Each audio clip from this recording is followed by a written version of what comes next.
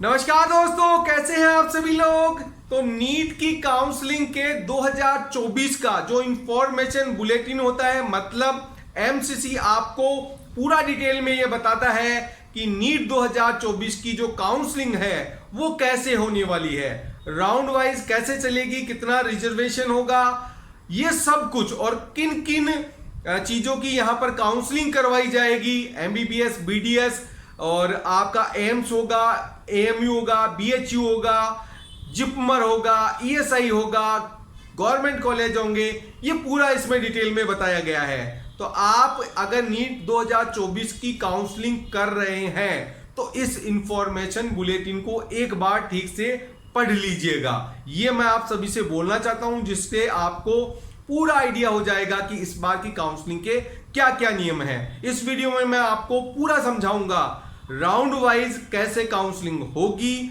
कब आप free exit कर सकते हैं और कब आप अपग्रेड कर सकते हैं, उसके बाद किस राउंड के बाद आपको काउंसलिंग से बाहर कर दिया जाएगा, आप उसके बाद काउंसलिंग नहीं कर सकते हैं, या किस राउंड में आप कॉलेज लेने के बाद आपको अगले साल की काउंसलिंग से भी बाहर कर दिया जाएगा अगर आप कॉलेज ज्वाइन नहीं कर सकते हैं। तो वीडियो बहुत काम का है आपका, तो इसको ठीक से ध्यान से देखिएगा और समझिएगा। कोई बात समझ में नहीं आ रही है तो आप नीचे कमेंट बॉक्स में कमेंट करके मेरे से पूछिएगा।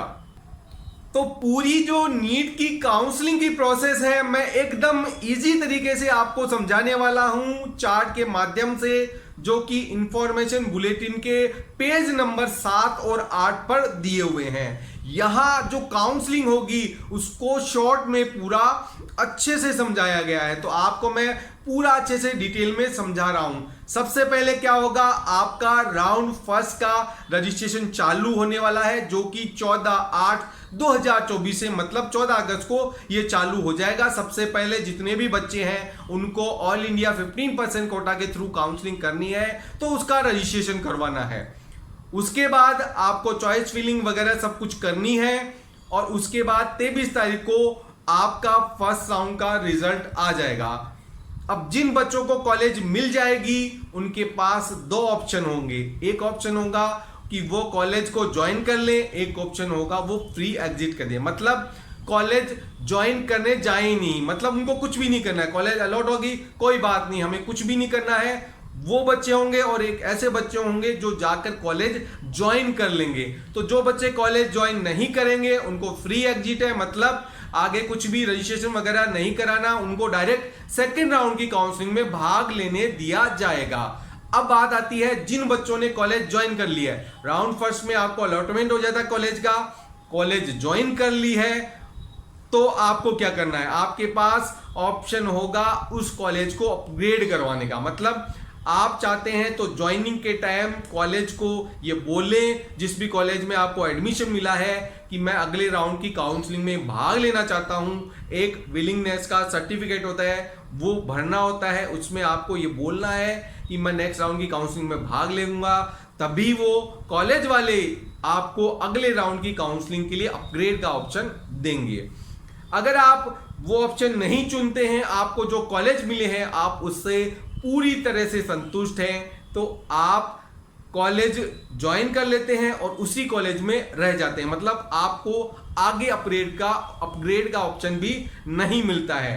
तो जिन बच्चों को कॉलेज नहीं मिलेगा या जिन बच्चों को कॉलेज मिल गया है लेकिन ज्वाइन नहीं करते हैं, वो बच्चे राउंड सेकेंड की काउंसलिंग में चले जाएंगे और वहां पर उनको कोई रजिस्ट्रेशन नहीं करवाना है, डायरेक्ट ही उनको केवल चॉइस फिलिंग करनी है। जिन बच्चों ने कॉलेज ज्वाइन कर लिया है वो अपग्रेड करवाते हैं, उन बच्चों को भी केवल अगले राउंड की चॉइस फिलिंग करनी है। और जो बच्चे राउंड फर्स्ट की कॉलेज लेके संतुष्ट हैं, अगले राउंड की काउंसलिंग में नहीं जाना चाहते हैं, उन बच्चों की काउंसलिंग यहीं पर खत्म हो जाती है। तो ये आपका हो गया राउंड फर्स्ट की काउंसलिंग का पूरा प्रोसेस।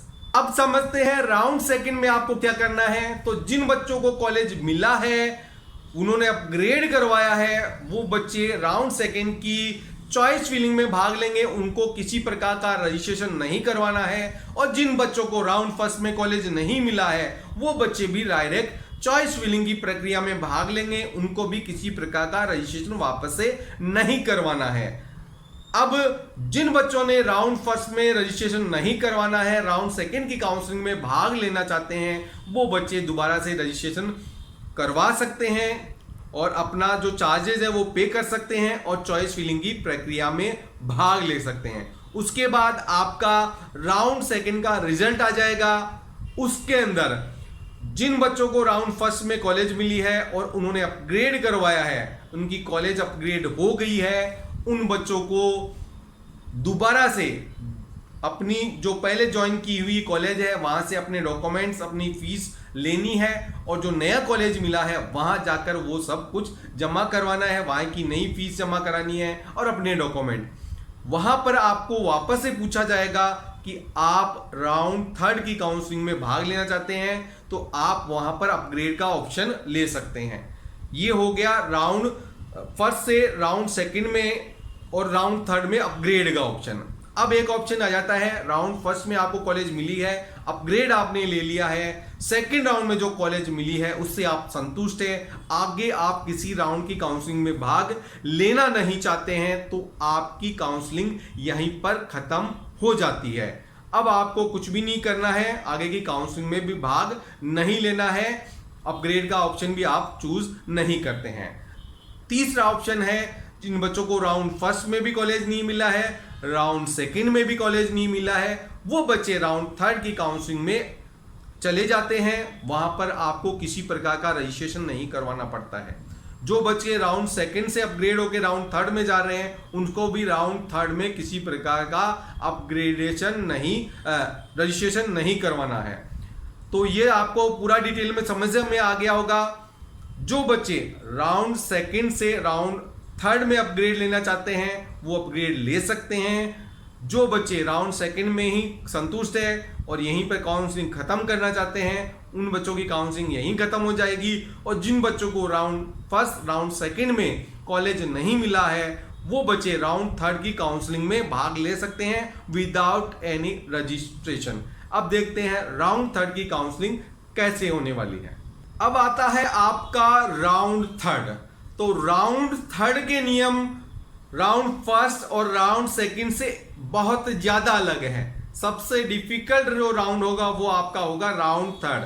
तो राउंड थर्ड में क्या होगा, जिन बच्चों ने राउंड फर्स्ट में या राउंड सेकंड में रजिस्ट्रेशन करवा रखा है, कॉलेज नहीं मिला है, उन बच्चों को राउंड थर्ड में डायरेक्ट कॉलेज चॉइस फिलिंग करनी है, रजिस्ट्रेशन नहीं करवाना है। जो बच्चे अपग्रेड होकर राउंड सेकंड से राउंड थर्ड में आ रहे हैं उनको भी किसी प्रकार का रजिस्ट्रेशन नहीं करवाना है, वो बच्चे भी डायरेक्ट चॉइस फिलिंग कर सकते हैं।